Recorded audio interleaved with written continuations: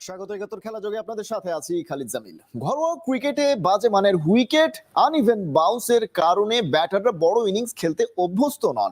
Cricket অ্যানালিস্টরা এই কথা বলে আসছেন অনেক দিন থেকে। তবে কক্সবাজারে চলা বাংলাদেশ ক্রিকেট লিগে রবিবার প্রথম দিনে 2 ম্যাচেই রানের দেখা পেয়েছেন ব্যাটাররা। এক ম্যাচে সাউথ জোনের দেয়া 305 রান চেস করে ফেলে নর্থ জোন। বিজয়ীদের 2 ব্যাটার পেয়েছেন সেঞ্চুরির দেখা। আরেক ম্যাচে স্কোর 300 না ছাড়ালেও গেছে কাছাকাছি। সেন্ট্রাল জোন 288 রান করে ইস্ট জোনের বিপক্ষে। এই ম্যাচে কোনো সেঞ্চুরি না এলেও অঙ্কনের ব্যাটে ছিল 95। এমন স্কোর কার্ড কেমন আশা যোগাচ্ছে ঘরোয়া ক্রিকেটে অভিজ্ঞদের সাথে তরুণ ক্রিকেটার যারা আগামীতে ধরবে জাতীয় দলের হাল?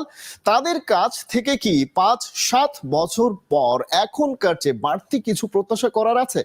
আজকের খেলাযোগে আলোচনা এসব নিয়েই। তার আগে কক্সবাজার থেকে পাঠানো নাহিয়ান বিন জসিমের রিপোর্টটা দেখে আসবো। একটু লাগছে, কেমন জানি লাগতেছিল, কিন্তু পরে তো আমি জানতাম এটা আমি, তাই আর কিছু মনে হয়নি। পাপন স্যারের কথাগুলোই ভালো লাগছে। পাপন স্যার যেসব কথা বলছে ডিনার পার্টিতে, ওই দিন ওগুলো ভালো লাগছে।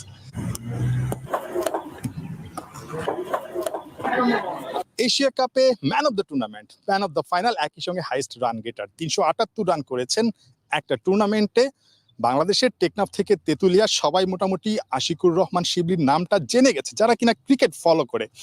ইন্টারেস্টিংলি বিসিএল ওয়ানডেতে প্রথমবার সুযোগ পেয়ে প্রথম ম্যাচেই নিজের সামর্থ্যের প্রমাণ দিয়েছেন, কিন্তু স্কোরবোর্ডে আশিকুরের জায়গায় আরিফুল লেখা ছিল, তার বন্ধুর নাম। একটু ব্যাপারটা ইন্টারেস্টিং লেগেছে কিনা আপনার কাছে যে স্কোরবোর্ডে আপনার নামটা ভুল সকাল থেকে যখন ব্যাটিং করছিলেন? জি, একটু একটু লাগছে, কেমন জানি লাগতেছিল, কিন্তু পরে তো আমি জানতাম এটা আমি, তাই আর কিছু মনে হয়নি। আচ্ছা, মানে বড়দের সঙ্গে তো আসলে প্রথম ম্যাচ খেলা বা প্রথম কোনো টুর্নামেন্ট খেলা, সেখানে ভালো একটা ইনিংস খেলেছেন, 60 রানের একটা ইনিংস খেলেছেন যেখানে কিনা 6টা 4 2টা ছক্কার মার ছিল। মানে কেমন ফিল করছিলেন বা ব্যাক অফ দ্য মাইন্ডে আসলে কি কাজ করছিল? আলহামদুলিল্লাহ ভালো লাগতেছিল, কিন্তু ইনিংসটা আরো বড় করা উচিত ছিল। ওই সময় আমার উইকেটটা ক্রুশিয়াল ছিল, বাট আমার টিমের সিনিয়র ভাইরা অনেক ভালো, অনেক হেল্পফুল, যার কারণে আমার কোনো প্রেশার লাগে না। বিশ্বকাপ তো সামনে, বিশ্বকাপের আগে এই যে অল্প কয়েকটা ম্যাচ বিসিএল এ খেলছেন ওয়ানডে ফরম্যাটে, বিশ্বকাপটা ওয়ানডে ফরম্যাটে বড়দের সঙ্গে খেলছেন, মানে সেটা আসলে কতটুকু মনে হচ্ছে যে উপকারে আসবে আপনার যুব বিশ্বকাপে গিয়ে? এটা অবশ্যই এক্সপিরিয়েন্স বাড়াবে আমাকে, কারণ এখানে অনেক কোয়ালিটিফুল বলার, সব ন্যাশনাল টিমের ভাই, তো ওনাদের বল খেলতে পারলে তো অবশ্যই ওই জায়গাটা ইজি হবে ব্যাপারটা। এর মধ্যে আসলে দেশে ফেরার পর যেই সংবর্ধনাগুলো হলো, সবচেয়ে ইন্টারেস্টিং কোনটা মনে হচ্ছে? যে একটা কথা কেউ বলেছে যেটা কিনা আসলে খুব মনে ধরেছে? পাপন স্যারের কথাগুলোই ভালো লাগছে। পাপন স্যার যেসব কথা বলছে ডিনার পার্টিতে, ওই দিন ওগুলো ভালো লাগছে। খুব ছোট ছোট উত্তর দেন, কিন্তু বড় বড় মানে ইনিংস খেলতে খুব পছন্দ করেন। বিশ্বকাপে কি আসলে বড় ইনিংস আমরা দেখতে পাবো কিনা, মানে নিজের প্রস্তুতিটা আসলে কিভাবে নিয়ে তারপর যাচ্ছেন? ইনশাল্লাহ আমি আমার সর্বোচ্চ চেষ্টা করব, দেখা যাক কি হয়, আল্লাহ ভরসা। 1 তারিখ থেকে খুব সম্ভবত প্রস্তুতি শুরু হচ্ছে, সেটা কিভাবে হচ্ছে? 1 তারিখে প্রথমে মেবি ফিটনেস ক্যাম্প, দেন স্কিল ক্যাম্প, দেন ফ্লাই। আমার টার্গেট থাকবে একটাই, আমি টিমের জন্য খেলতে চাই। টিম যা রিকোয়ারমেন্ট, টিমের যা দরকার আমি তাই খেলবো। আমার ব্যক্তিগত কোনো টার্গেট দরকার নাই, ব্যক্তিগতভাবে কোনো অ্যাচিভমেন্টের দরকার নাই। টিম যেটা বলবে, টিমের যেটা নিড, টিমের যেটা প্ল্যান, ওইটাই আমি চেষ্টা করবো। শিবলি, আপনার জন্য অনেক শুভকামনা থাকলো। ছোট ছোট উত্তর দিচ্ছেন, বাট ইনিংসটা যেন বড় হয়, এটা আসলে আপনার কাছে চাওয়া থাকবে। শিবলি খুব ছোট ছোট উত্তর দিচ্ছেন, বাট বিশ্বকাপে গিয়ে বড় বড় ইনিংস খেলার তার ইচ্ছে আছে এবং আফসোসে পড়ছেন বিসিএল এ যখন কিনা অভিষেক ম্যাচ, সেখানে 7 রানের একটা ইনিংস খেলেছেন, এটাকে বড় করতে পারলে হয়তোবা কিছুটা আত্মতৃপ্তিতে ভুগতে পারতেন। দলটা হেরে গেছে, তবে সামনে যে কয়েকটা ম্যাচ আছে সেখান থেকে অভিজ্ঞতা নিতে চান, সেটাকে আবার সাউথ আফ্রিকায় যুব বিশ্বকাপে নিয়ে যেতে চান, দলের জন্য, নিজের জন্য ভালো পারফর্ম করতে চান। নাহিয়ান বিন জসিম, 71, শেখ কামাল আন্তর্জাতিক ক্রিকেট স্টেডিয়াম, কক্সবাজার। তরুণ ক্রিকেটারদের আতুর ঘর দেশের ঘরোয়া ক্রিকেট লিগগুলো, সেখানে ঠিকঠাক ভাবে তরুণদের আন্তর্জাতিক পর্যায়ের ম্যাচের জন্য তৈরি করা যাচ্ছে কি, এ বিষয়ে বিস্তারিত আলোচনা করতে আমাদের সাথে যুক্ত হয়েছেন ক্রিকেট বিশ্লেষক জাফর ইয়াসিন চৌধুরী। জাফর ইয়াসিন চৌধুরী, স্বাগত আপনাকে একাত্তর খেলা যোগে। আমরা শুনছিলাম বাংলাদেশের একজন তরুণ ক্রিকেটার যিনি এশিয়া কাপে দারুণ পারফর্ম করেছেন, পুরো টুর্নামেন্ট জুড়ে ম্যান অফ দ্য টুর্নামেন্ট হয়েছেন, ফাইনালের ম্যান অফ দ্য ম্যাচ ছিলেন, সেঞ্চুরি পেয়েছেন। এরকম ক্রিকেটাররা যারা সিনিয়র ক্রিকেটারদের সঙ্গে খেলবেন, সিনিয়র লেভেলে খেলবেন, পার্থক্যটা তো আসলে অনেক বেশি। আমার প্রশ্নটা হচ্ছে যে আমরা সবসময় তো বিশ্বকাপের সময় আলোচনাটা করছিলাম, সেই সময়ে আমরা জানতাম যে 300+ চেজ করার যে বিষয়টা, সেটা ঘরোয়া লিগে খুব একটা হয় না, আন্তর্জাতিক অঙ্গনে গিয়েও সেটা আসলে খুব বেশি দেখা যায় না। যে কারণে এই ধরনের ম্যাচগুলো যা এখানে 300 চেজ হচ্ছে ঘরোয়া লিগে, সেটাকে বাংলাদেশের ক্রিকেটের জন্য আসলে সামনে কতটা সুদিন বয়ে আনতে পারে?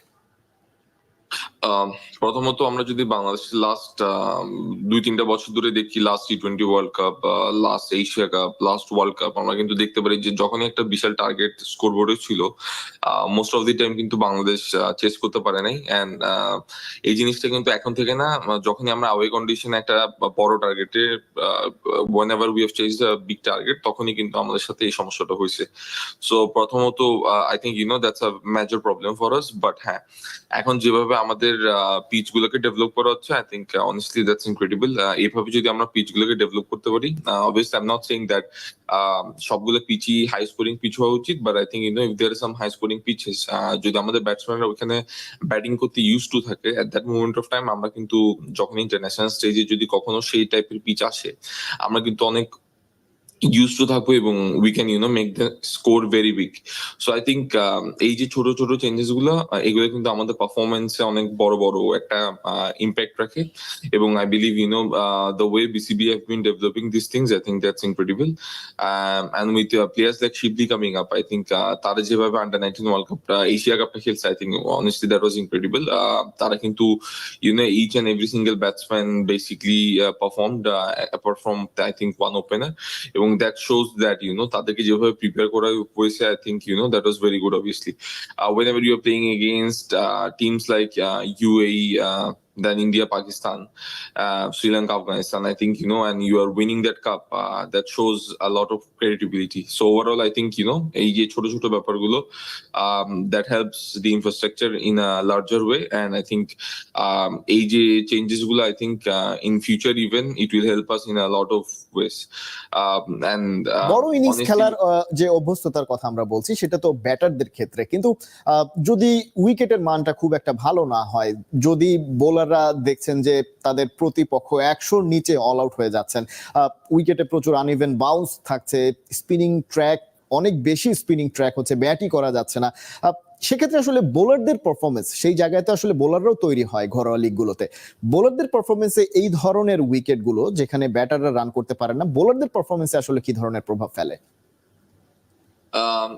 প্রথমত যখন আমরা এরকম আনইভেন পিচ গুলোতে খেলি, obviously beneficial for every bowlers out there, কারণ obviously if a team is getting out in 70, 80 or 100 probably, that means হচ্ছে ওই টিমের প্রত্যেকটা বোলার ভালো করছে না। Obviously at the end of the day it's very tough to select the bowlers.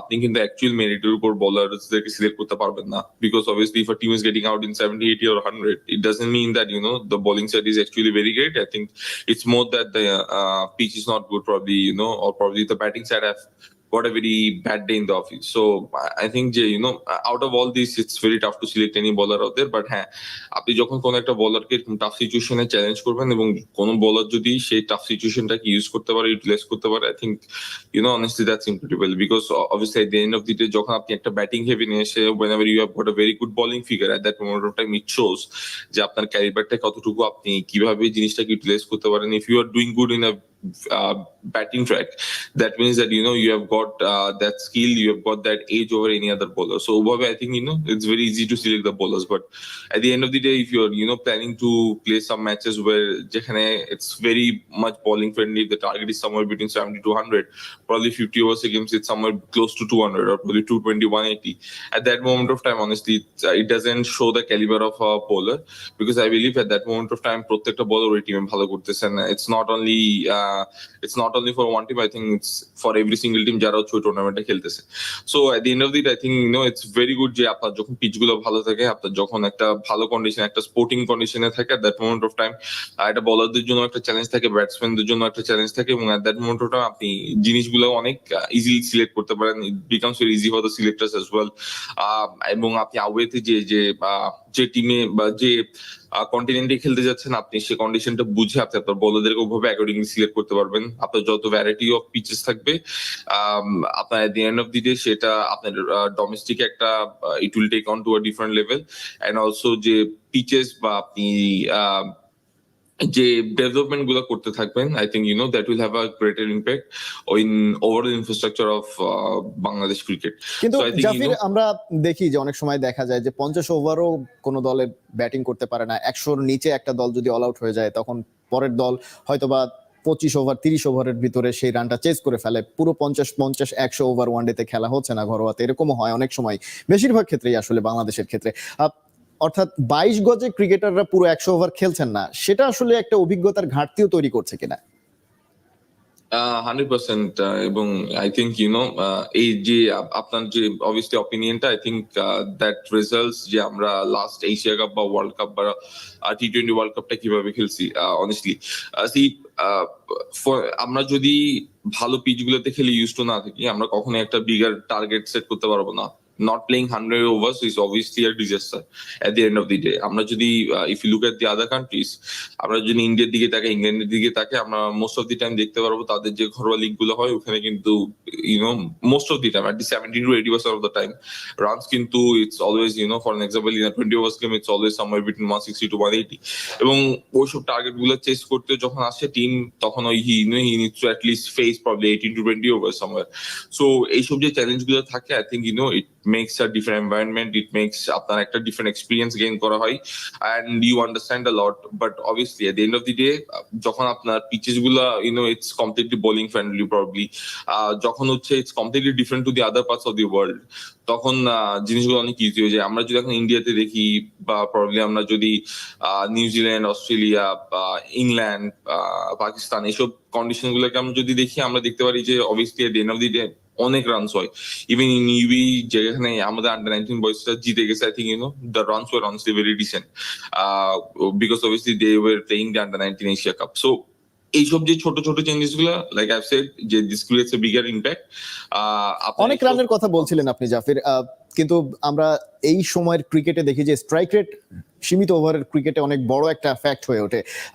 বিরাট কোহলির মতো ব্যাটারের পর্যন্ত সমালোচনা হয় যে 150+ স্ট্রাইক রেটে ব্যাটিং টি20তে করতে না পারলে তাকে আসলে অনেক বেশি সমালোচনার শিকার হতে হয়। বিরাট কোহলিকে সামনে টি20 ওয়ার্ল্ড কাপে খেলানো হবে কিনা সেটা নিয়েও আলোচনা শুরু হয়েছে, যে কারণে বাংলাদেশের ব্যাটাররা আসলে সেই 150 স্ট্রাইক রেটের সেই ক্রিকেট থেকে আসলে কতটা পিছিয়ে আছে? প্রথমত টি20তে এনি শর্টার ফর্মেটে I think strike rate is one of the most important thing. আপনার স্ট্রাইক রেট একটা হাই ইয়েতে মেনটেন করা, I think it's very important.